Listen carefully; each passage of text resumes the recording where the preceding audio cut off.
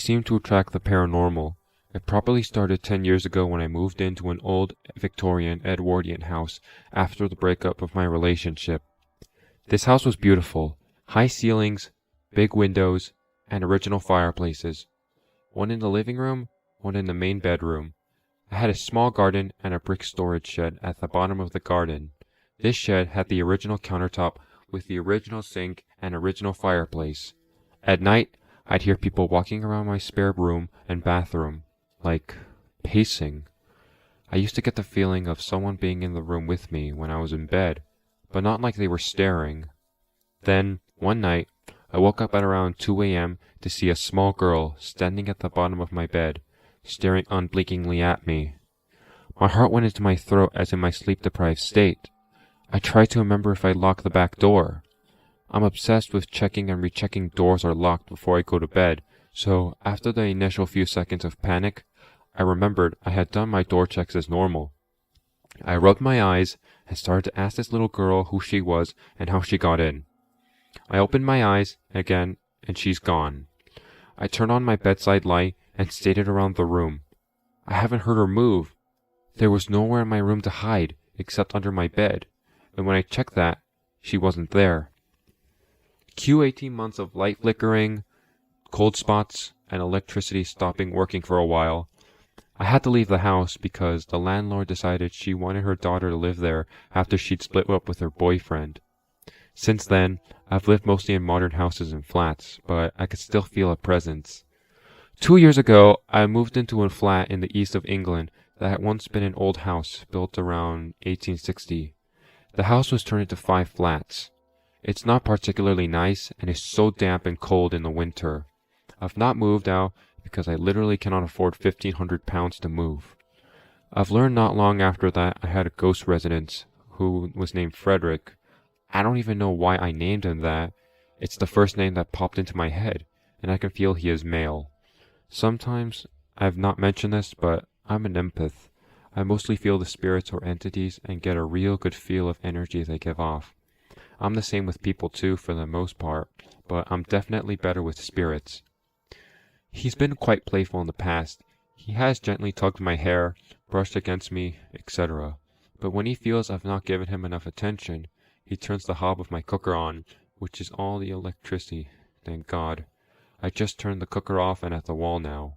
So, last night and today, my boyfriend and I had both separate experiences that have left us scratching our heads. I was up late last night when my boyfriend came in from the bedroom looking confused.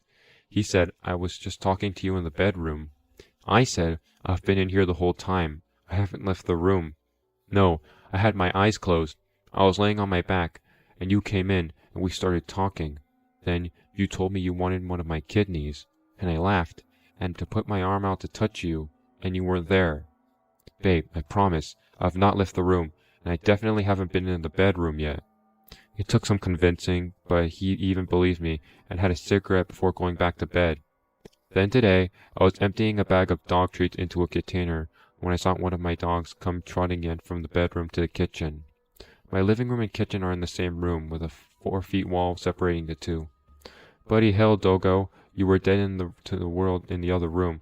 Talk about selective hearing," I said to him without looking down at him. My boyfriend then asked who I was talking to. I told him Doggo. He said Doggo isn't here and is still in the bedroom. I saw a shape come in from the other room. It came right over from the door. Babe, seriously, he's not come through. He's still asleep on our bed. I didn't know what to say to that. It's not Frederick. It doesn't feel like him.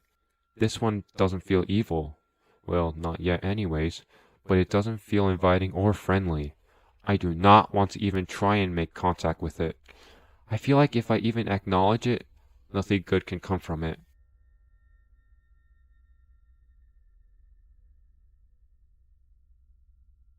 One night as I was leaving work after closing the store, I had to run back inside for something I had forgotten.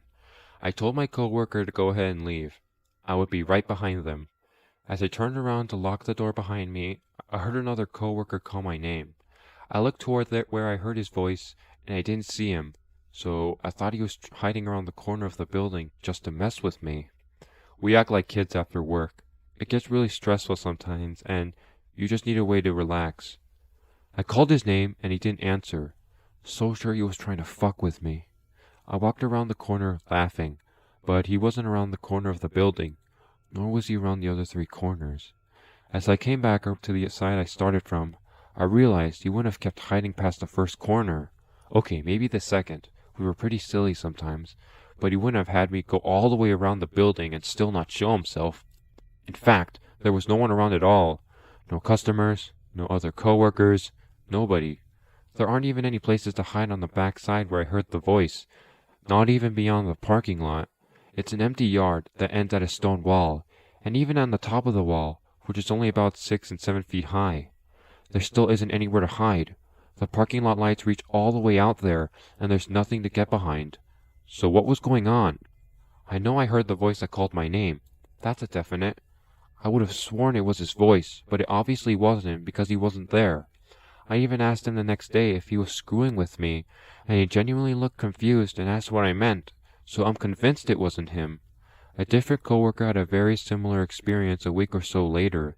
They told me about it the next day, and up until then, I haven't mentioned my experience to anyone, not even my wife, because I was still trying to think of the possibilities and process how I felt about it. When they told me a story that was basically identical to mine, I was shocked. I don't think they are lying. There's nothing for them to gain by doing so, and they aren't the kind of person to make it up for attention. As far as that goes, I'm the only person they've told about it. I'm genuinely confused and concerned about what I heard that night, and what my coworker heard a week later.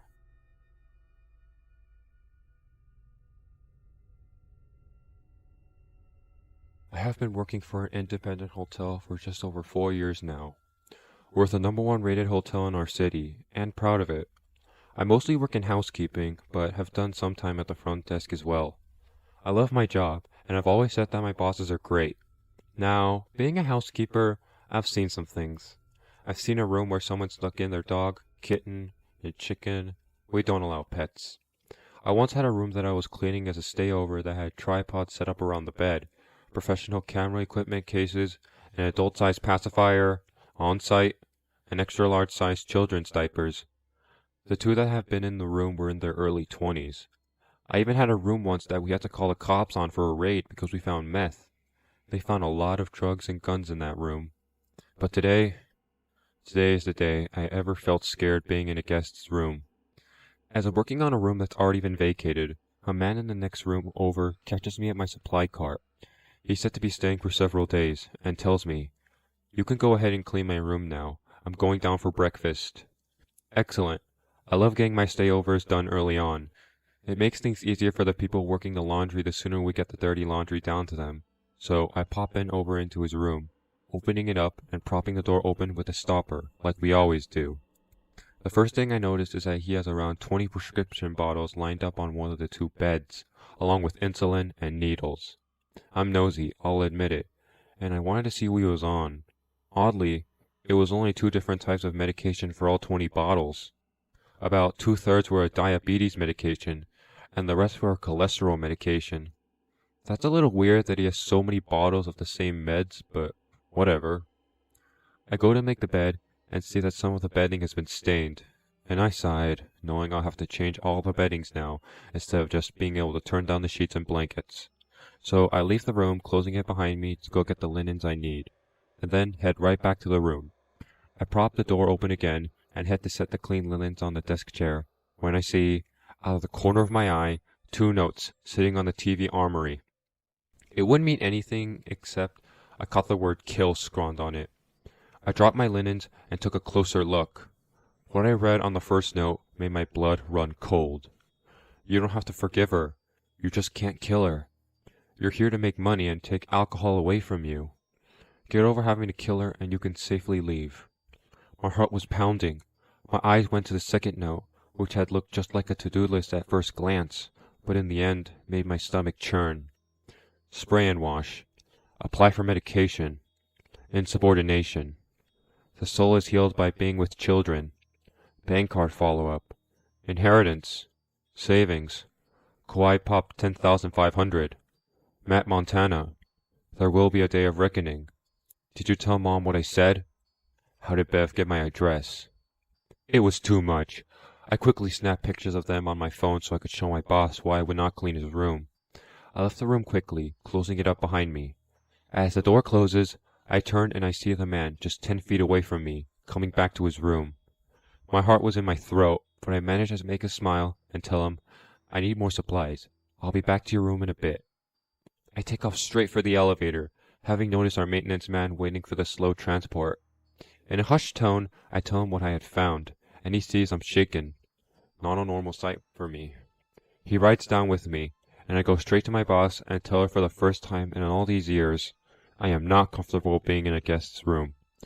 I show her the pictures, and all her face was still and pale.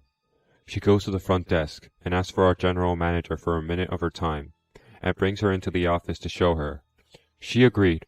This was not a safe situation. It took our maintenance man with her to go inform the man he had 1 hour to get all his belongings and leave the hotel, and he was not welcome back. I spent a few minutes in the laundry room trying to calm down.